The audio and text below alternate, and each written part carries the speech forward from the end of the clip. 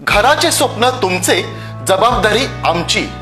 Satelkar builders and developers Kankavli railway station लगत साकारत आहेत समर्थ साई रेसिडेन्सी.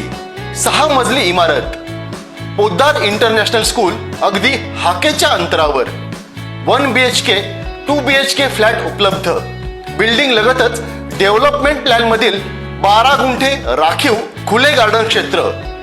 सागवानी फ्रेमसह मुख्य दरवाजा, 24 तास पाणी, लिफ्ट, ग्रॅनाइट किचन ओटा, conceal fitting modular switch.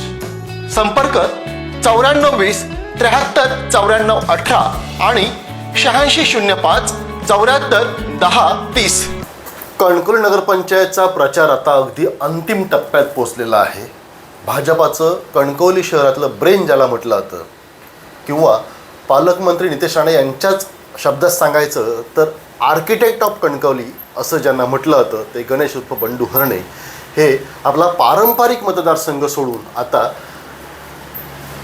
Naik कुटुंबियांचा बालेकिल्ला असलेल्या 13 नंबर प्रभागातून निवडणूक रिंगणात आहेत.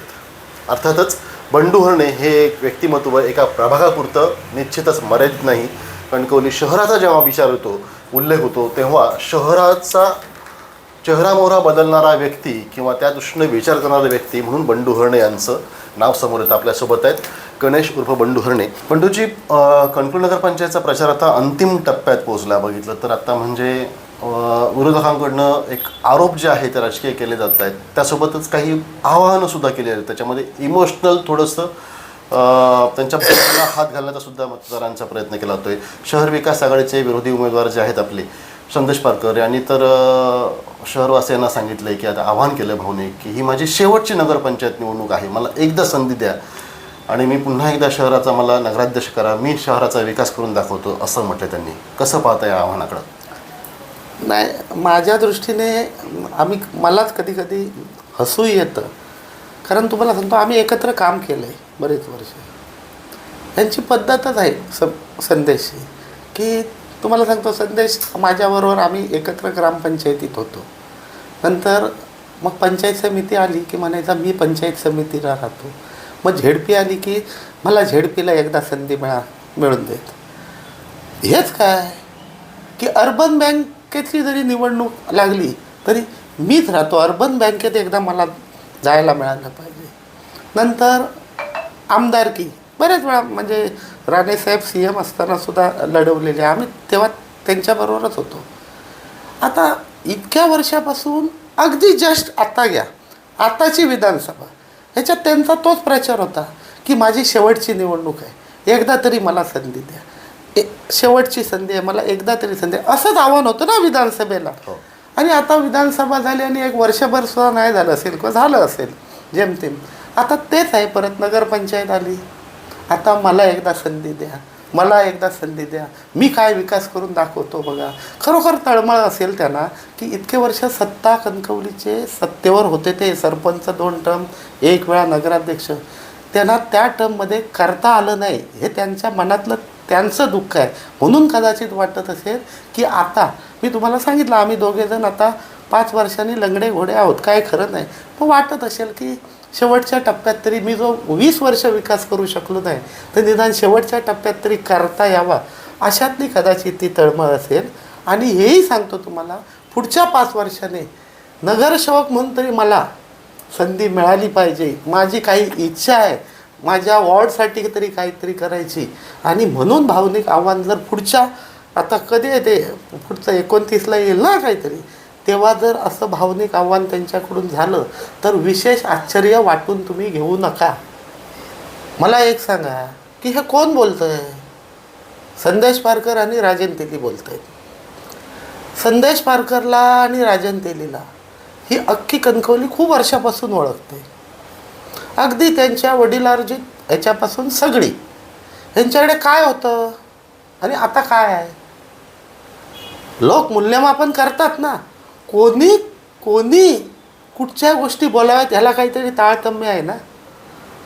त्यामुळे भ्रष्टाचार हे ते काय याच्यात काय कोणाच्या आलिशान गाड्या, अरे तुमच्या गाड्या तुम्हाला घालायला पॅन्टीन होत्या. म्हणजे खरं आहे. ह्या राजन तेलीला बगळा म्हणणारा संदेश पारकर, पांढरी चड्डी घालून होणारा बगळा म्हणणारा तुम्ही पाहिलंय काय? एकामेकाची काढताना आम्ही नाही काढत, हेच काढतायत, हेच आता आले, हरकत नाही या. आमचे विरोधक सगळे एकत्र आले. काय त्यांच्याकडे अजेंडा आहे हो? काय आहे? पक्षाचं चिन्ह ठेवलं नाही, पक्ष ठेवला नाही, काही ठेवलं नाही. कुठचा आधार स्तंभ आहे? तर फक्त सन्माननीय निलेशजी राणे म्हणून. यांच्यातून निलेशजी राणे यांना फक्त वजा करा हो, फक्त वजा करा. या सगळ्यांच्या मध्ये इतर सगळं पक्ष, सगळे नेते, हे राजन तेली, संदेश पारकर आणि कोण कोण, ह्यांच्यातून वजा सन्माननीय निलेश राणेंना वजा करा. इज इक्वल टू काय येईल? 0. त्यांना बाजूला करा आणि ह्यांचं मूल्यमापन करा. काय पोटेन्शियल, काय व्हिजन, काय पूर्व इतिहास पुढे काय करणार ह्याची खात्री जनतेला आहे. यांना माहीत नाही जनतेला हे काय करणार. इतके वर्ष काय केलं नाही तर पुढे काय करणार? काही नाही. हे निवडणुकीपर्यंत कुठचं तरी पाहिजे, तुम्हाला सुद्धा काहीतरी मटेरियल पाहिजे म्हणून चाललेलं काम आहे. बाकी लोकांना, मतदाराला यांचे हे फक्त इंटरटेट होऊन बोलतात. 3 तारखेला इलेक्शन होऊन जाईल, निकाल होऊन जातील. उद्योगमंत्र्यांनी कॉर्नर सभेमध्ये उल्लेख केला आहे की संदेश पारकरांनी उभाटाच्या जिल्हाप्रमुख पदाचा राजीनामा दिला आणि पक्षविरहित, राजकारण विरहित अशी शहर विकास आघाडी आहे. संदेश पारकर यांच्याकडे कुठलाही पक्ष नसेल आत्ताच्या घडीला. 3 तारखेनंतर ते कुठल्या पक्षात असतील असं तुम्हाला वाटतं? 3 तारखेनंतर म्हणजे तुमचा काय प्रश्न आहे की 3 तारखेनंतरच्या पुढच्या वर्षात की त्याच्या पुढच्या वर्षात की पुढील 5 वर्षात की पुढील 10 वर्षात ते कुठच्या पक्षात असतील मला माहीत नाही. जिथे पोळी भाजेल तिथे असतील, पण ते किती महिने असतील, किती वर्ष असतील हे विचारा. मग मी तुम्हाला सांगतो. आता जर त्यांना घ्यायचं झालं तर ह्यांना रजिस्टर ॲग्रीमेंट करून घ्यावं लागेल. एक 6 महिन्याचा किंवा 11 महिन्याचा करार असतो ना तसा. त्यामुळे ते कुठच्या पक्षात जरी असले तरी परत 11 महिन्यांनी करार संपल्यावर दुसऱ्या पक्षात असतील, परत तो करार संपल्यावर रंगमंच असेल. फिरता, अगदी मस्त फिरता. काही नाही, नाही लाज, नाही भीड, ना लज्जा.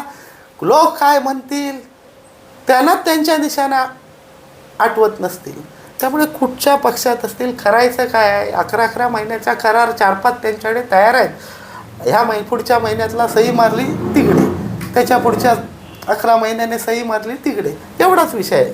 गंमतीशीर वाईट वाटतं आमच्या मित्राबद्दल. असं थोडे गुण चांगले सुद्धा होते त्यात आमच्याबरोबर असताना, हरकत नाही त्याला. तरी पण मला मित्र म्हणून माझे त्यांना शुभेच्छा आहेत या निवडणुकीतही आणि निवडणुकीनंतर कुठच्या पक्षात जातील, थोड्या दिवसासाठी का होईना किंवा कुठे कुठे जातील त्याच्यासाठी कायमच्या शुभेच्छा आहेत. मुळात आधी पहिली गोष्ट, ह्या 5 वर्षात 400 कोटी आले नाही.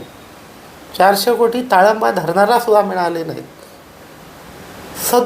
माझ्या माहितीप्रमाणे एक साधारण रोडसाठी 6-7 कोटी रुपये सगळे आले, स्पोर्ट्स कॉम्प्लेक्ससाठी 4 कोटी रुपये आले, असं मिळून 30-32-37 कोटी रुपये आले. त्यांनी दाखवलं ना प्रशासकीय मान्यता मिळेल ना. 400 एका शहराला जर आले तर करायला म्हणजे डेव्हलपमेंट करायला माणसं तरी मिळतील का?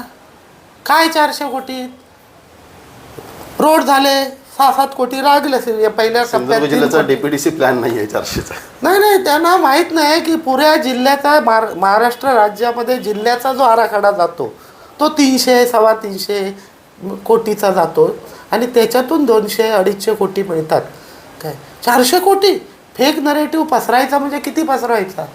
400 कोटी जर आमच्यापर्यंत आले असते ना शहरात 5 वर्षात आणि येऊ शकले असते तर हे आमच्या लंगोटीला धरून आमच्याबरोबर आम्ही फिरू ते फिरले असते. 400 कोटी नाही, तुम्ही काढून बघा, आम्ही तुम्हाला हिशेब देतो. हे सर्वसाधारण रिंग रोडला 3 कोटी, 2 कोटी, एक 20-32 कोटी रुपये सगळ्या इतर सगळ्यांना हे 5-7.5 वर्षात आले आणि त्याच्यातूनही डेव्हलपमेंट दिसते. 400 कोटी काय साधी गोष्ट आहे? 400 कोटी. 2 मुद्दे आणखीन राहतात. जसं त्यांनी म्हटलं होतं की बिल्डर्सना, डेव्हलपर्सना धमकावलं जातं, त्यांच्याकडनं स्क्वेअर फूटच्या रेटनं पैसे येत जातात. 5 वर्षात कुठे तक्रार झाली आहे कणकवलीमध्ये, कणकवलीतल्या कुठल्याही बिल्डरकडनं अँटी करप्शनकडे? मला एक उदाहरण दाखवा. तुम्हाला याही पलीकडचं सांगतो, कणकवलीत एक फक्त जेमतेम पूर्वी आपले कामत होते किंवा नाईक कुटुंबीय होते. आता नाईक कुटुंबीय कणकवलीत बिल्डिंग व्यवसाय करतातच ना. जर आमचा छळ असला असता तर नाईक कुटुंबांनी, आता प्रत्येक नाईक कुटुंबातला अगदी विजय भाऊ असतील, नंतर मुरलीभाई असतील नाईक, नंतर स्वतः म्हणजे वैभव नाईक असतील, सतीश नाईक असतील, नंतर आपला सुशांत नाईक असेल, संकेत नाईक असेल, आता मुरलीभाईंचा मुलगा विनू असेल, हे वेगवेगळे नवीन नवीन बिल्डर ह्या कणकवलीत तयार होत आहेत. आणि त्याचबरोबर अनेक बिल्डर्स कणकवलीत येत आहेत. हे जर भयाचं वातावरण असतं किंवा बिल्डरांना त्रास देण्याचा, तर चांगले चांगले बिल्डर किंवा हे नवीन नवीन बिल्डर झाले नसते ना तयार. त्यांच्याकडनं असे आरोप होतोय की रातोरात बिल्डिंग जाळल्या गेल्या आणि त्यांची जमीन जी असतील मोक्याच्या जागेवरची ती हडप केली, अर्थातच सत्ताधाऱ्यांकडनं. जमीन अशी पूर्ण महाराष्ट्रात देशात अशी हडप करता येते हो. पिढ्यानपिढ्याच्या जमिनीसुद्धा 100-200 वर्ष जरी ते मालक तिकडे फिरले नाहीत ना, तरी त्यांच्या नावावरून कोण काढून देऊ शकत नाही. आगी लावल्या, कुठच्या आगी लावल्या सांगाव्यात, उदाहरणं द्यावीत. काही फेकायचं, ठीक आहे फेकत बसा तुम्ही. 2 तारीखपर्यंत फेकणार, फेका बाबा 1 तारीखपर्यंत फेका. काय फेकायचं ते फेका. त्यातून लोक काय घ्यायचं ते घेतील, चांगलं पाहिजे तर चांगलं घेतील. जनतेला जर आम्ही अशा नालायक असं जर खात्री वाटली तर जनता आमच्याबद्दलही निर्णय घेईल. एकदा जनतेच्या पारड्यात जाऊन देईल. का तुम्ही किती फेकता, तुम्ही किती फेकवात हे कणकवलीकरांना माहीत आहे. वारंवार तुम्ही गेले कित्येक निवडणुकीत हेच काम केलं आहे. लोकांनी तुमचं ऐकलं नाही, लोकांनी तुम्हाला स्वीकारलेलं नाही. लोकांना माहीत आहे आमचे चांगले गुन्हे माहीत आहेत आणि आमचे वाईट गुन्हे माहीत आहेत. लोकांनी, जनतेने आमच्या चांगल्या आणि वाईट गुणांसाठी सहित आम्हाला स्वीकारलेलं आहे. पुढे आमचे जर वाईट गुण असतील आणि ह्यांचं म्हणण्याप्रमाणे आम्ही असू आणि आम्ही जर खरोखरच अशा नालायक असू तर आमचे कणकवलीकर आम्हाला सुद्धा जागा दाखवल्याशिवाय राहणार नाही. तसं बघितलं तर आणखीन एक म्हटलं जातं तसंच की मतदारांना आता प्रलोभनं दाखवलं जात आहेत, पक्षांचं आर्थिक आमिष दाखवलं जातं आहे.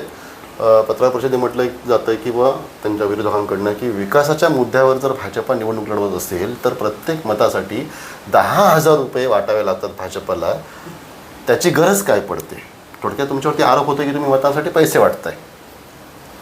मुळात तुम्ही हा विषय मी तुम्हाला अशा पद्धतीने घ्या की यांना कणकवलीच्या मतदारांवर जरासा विश्वास नाही. कणकवलीच्या मतदाराचा दर्जा, कणकवलीच्या मतदाराची क्वालिटी, कणकवलीच्या मतदाराचा स्वाभिमान, कणकवलीच्या मतदाराची विकासाची आवड, ही क्वालिटी ह्यांना माहीतच नाही. कणकवलीच्या लोकांनी विकास पाहिला आहे. त्यामुळे कणकवलीचा मतदार ज्या क्वालिटीचा आहे तो पैशाने विकला जाणारा नाही, जाऊच शकत नाही. काही प्रकारे मतदारांचा अपमान तुम्हाला वाटत नाही की बुवा हे मतदार बिकाऊ आहेत असं ते म्हणतात? अपमान काय, अपमान नुसता अपमान आहे. आपल्या कणकवलीच्या एवढ्या दर्जेदार मतदाराला काय अशा प्रकारची हीन वागणूक किंवा काय म्हणतो लांछनास्पद त्यांच्याबद्दल असं बोलणं या ह्यांना पटतंय का? कणकवलीचा मतदार पैशाने, ह्यांचे असो किंवा आमचे असो, पैशाने विकला जाणार आहे? मग ह्यांच्या तुम्ही करा, तुमच्याकडे नाही आहेत पैसे, तुम्ही करा. कोणी करणार नाही. कणकवलीचा मतदार हा ठाम आहे. कणकवलीचा मतदार हा पारदर्शी आहे, स्वाभिमानी आहे. जो विकास करणार त्यालाच मतदान देणार, जे कणकवली शहर डेव्हलप करणार त्यालाच सत्तेवर आणणार. बस. हे होते गणेश उर्फ बंडू खर्णे, जे प्रभाग 13 मधील भाजपाचे नगरसेवक पदाचे उमेदवार आहेत, माजी उपनगराध्यक्ष आहेत. त्यांनी परखडपणे विरोधकांच्या टीकेचा समाचार आपल्या विनोदी ढंगानं आणि राजकीय चिमटे काढण्याच्या ढंगातनं विशेष शैलीतनं घेतानाच त्यांनी संदेश पारकर यांच्यावरती, संदेश पारकर म्हणजे आता फिरता रंगमंच आहे, 3 तारखेच्या निकालानंतर जेव्हा कणकवलीकर त्यांना फेकून देतील तेव्हा ते कुठल्या पक्षात असतील हे सांगता येत नाही. असं सांगतानाच मतदारांना कणकवलीकरांना असं आवाहन केलंय की 2 तारखेला भाजपाचं सुपीक बियाणं तुमच्या समोर आहे, ते सुपीक बियाणं निवडा आणि तेच रुजायला घाला, ज्याच्यातून कणकवली शहराचा विकास जो आहे तो तुम्हाला झालेला दिसून येईल. व्हिडिओ जर्नलिस्ट बोधिरत्नसह राजन चव्हाण, आपला सिंधू न्यूज, कणकवली. ताज्या अपडेट्स आणि ताज्या बातम्यांसाठी आजच सबस्क्राईब करा आपला Sindhudurg digital news channel. Like करा, शेअर करा, कमेंट करा आणि महत्त्वाचं म्हणजे बेल आयकॉनला क्लिक करायला विसरू नका.